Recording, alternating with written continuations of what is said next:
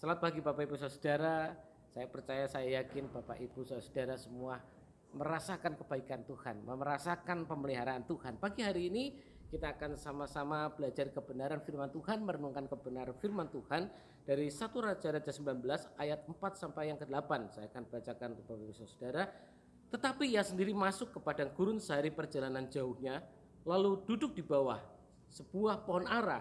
Kemudian ia ingin mati, katanya. Cukuplah itu. Sekarang ya Tuhan, ambillah nyawaku, sebab aku ini tidak lebih baik daripada nenek moyangku. Sesudah itu ia berbaring dan tidur di bawah pohon arar itu.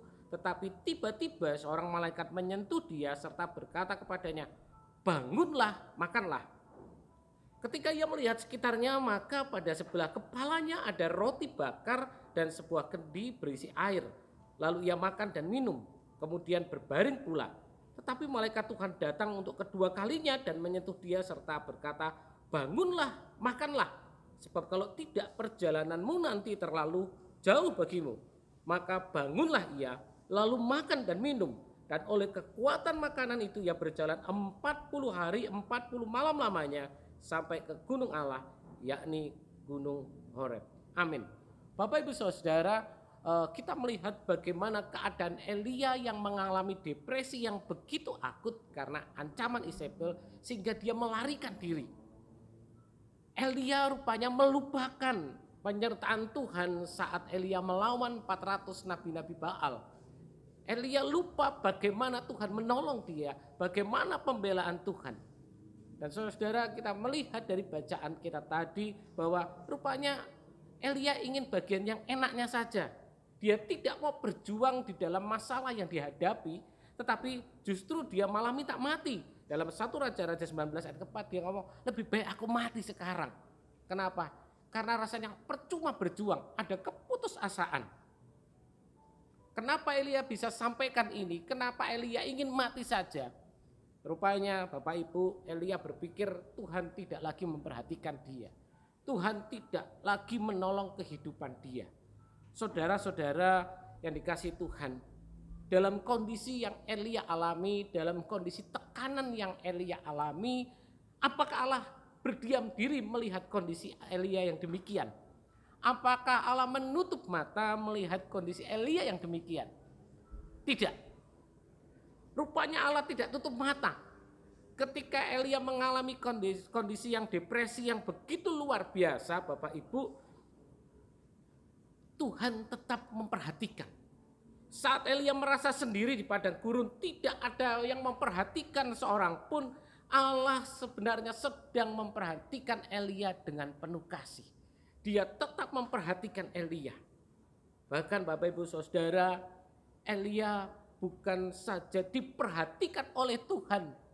Tuhan bukan hanya sekedar melihat dan memperhatikan kondisi Elia mengapati, apakah Elia baik-baik saja, apakah dia mengalami sakit atau bagaimana, tidak. Bukan hanya itu yang dilakukan Allah, tetapi Allah juga memperdulikan kebutuhan rohani Elia, tetapi Allah juga memperhatikan kebutuhan jasmaninya. Apa buktinya? Bapak Ibu Saudara, kalau kita melihat, ternyata dalam bacaan tadi kita bisa melihat bagaimana ketika Elia ada di padang gurun, Elia bisa tidur dengan nyenyak.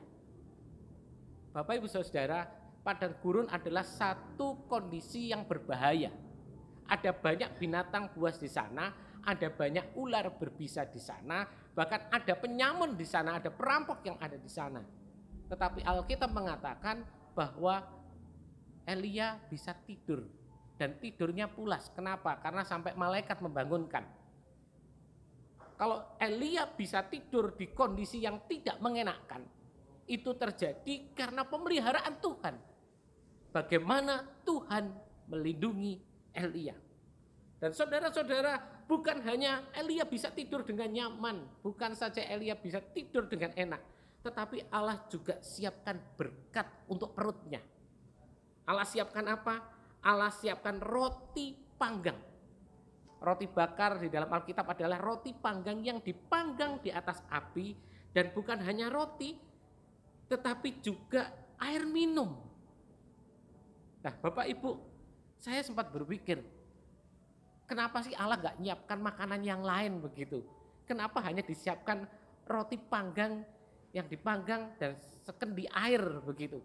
Kenapa Allah nggak siapkan babi guling? Nah, umpamanya begitu. Ada lalu anggur lah, ada makanan pembuka yang enak, snacknya ada dan segala macam. Apa Allah tidak mampu melakukan itu? Allah sebenarnya mampu. Tetapi sebenarnya Allah ingin berbicara bahwa roti dan air itu kebutuhan dasar dari manusia. Makanan pokoknya ceritanya. Dan Allah rupanya sediakan makanan pokok itu untuk Elia. Bukan Allah tidak mampu, tapi Allah sebenarnya menyediakan, memenuhi kebutuhan daripada Elia. Nah, saudara-saudara, apa yang harus dilakukan Elia? Ketika Tuhan menyediakan berkat-berkatnya, Tuhan sudah menyediakan roti, Tuhan sudah menyediakan air. Apa yang harus dilakukan Elia? Yang harus dilakukan Elia adalah bangun dan melakukan sesuatu. Bangun dan mengerjakan sesuatu. Ketika malaikat mulai membangunkan Elia, dia berkata, bangun. Kalau Elia tidak bangun dan dia tetap tidur, maka roti bakar itu atau roti panggang itu dan air itu akan mubazir. Yang harus dilakukan Elia adalah bangun, menghampiri roti itu, lalu memakannya. Elia tidak bisa lalu bangun, melek begitu karena dia habis tidur Bapak Ibu. Lalu dia diam, dia menunggu malaikat itu mengambilkan roti lalu menyuapi Elia. Tidak, dia harus lakukan. Kenapa? Sebenarnya Allah sudah siapkan berkat kebutuhan pokok itu. Elia harus bangun dan mengambilnya dan memakannya. Saudara-saudara, kita melihat bagaimana di tengah kondisi depresi, di tengah kondisi tekanan yang luar biasa. Ketika Allah sediakan, Allah tetap sediakan berkat-berkat juga dalam kehidupan Elia. Tapi Elia harus lakukan sesuatu. Dia harus bangun, dia harus mengerjakan sesuatu, dia harus ambil berkat itu, dia harus makan. Kenapa? Ketika berkat itu yang kelihatannya hanya sekedar kebutuhan pokok, hanya sekedar roti, nggak ada babi guling, nggak ada makanan yang lainnya. Tapi ingat firman Allah katakan apa? Elia menjadi kuat. Dia kuat melalui semuanya itu. Bapak Ibu, mungkin saat-saat ini kita mengalami depresi yang sama yang seperti Elia alami. Di tengah situasi yang sulit ini, kita mulai berpikir, apa yang bisa saya kerjakan? Saya sudah gak bisa kerja lagi, jualan saya mulai seret, mulai menurun jualannya, saya gak bisa melakukan apa-apa, kebutuhan harus tetap ada yang harus kita penuhi. Kebutuhan anak-anak harus tetap kita penuhi. Sementara mungkin pemasukan kita berkurang. Bapak Ibu Saudara, dalam kondisi yang sama yang seperti Elia alami, kita percaya bahwa Allah tetap memperhatikan kita. Allah tetap memperhatikan kita dan bukan hanya memperhatikan, tapi sebenarnya Allah juga menjaga kehidupan kita. Sama seperti Elia bisa tidur di tengah padang gurun.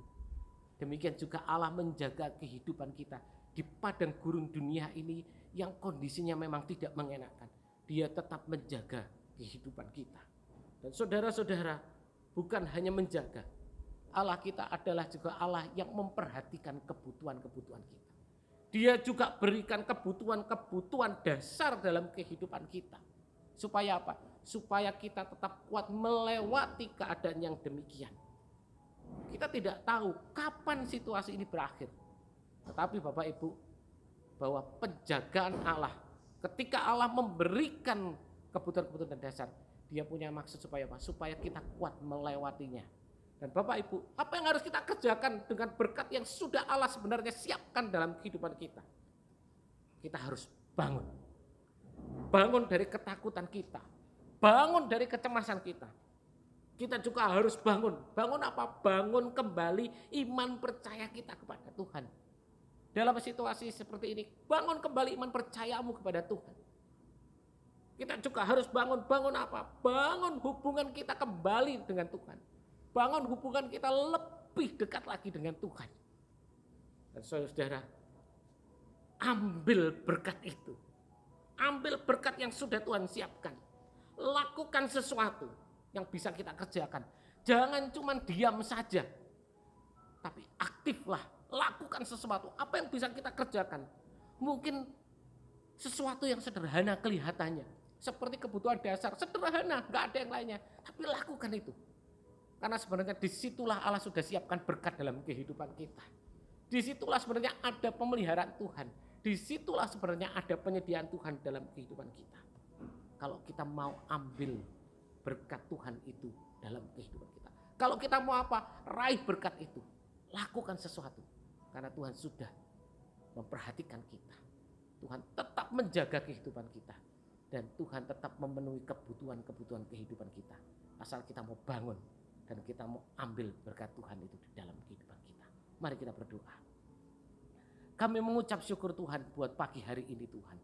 Buat penjagaan Tuhan. Buat penyertaan tangan Tuhan. Buat kebaikan Tuhan. Kami percaya Tuhan, Engkau bukan hanya Allah yang menjaga kehidupan kami.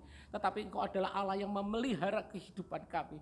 Kami percaya juga Tuhan, Engkau sudah menyediakan berkat-berkat di dalam kehidupan kami. Berkat-berkat kebutuhan dasar dalam kehidupan kami.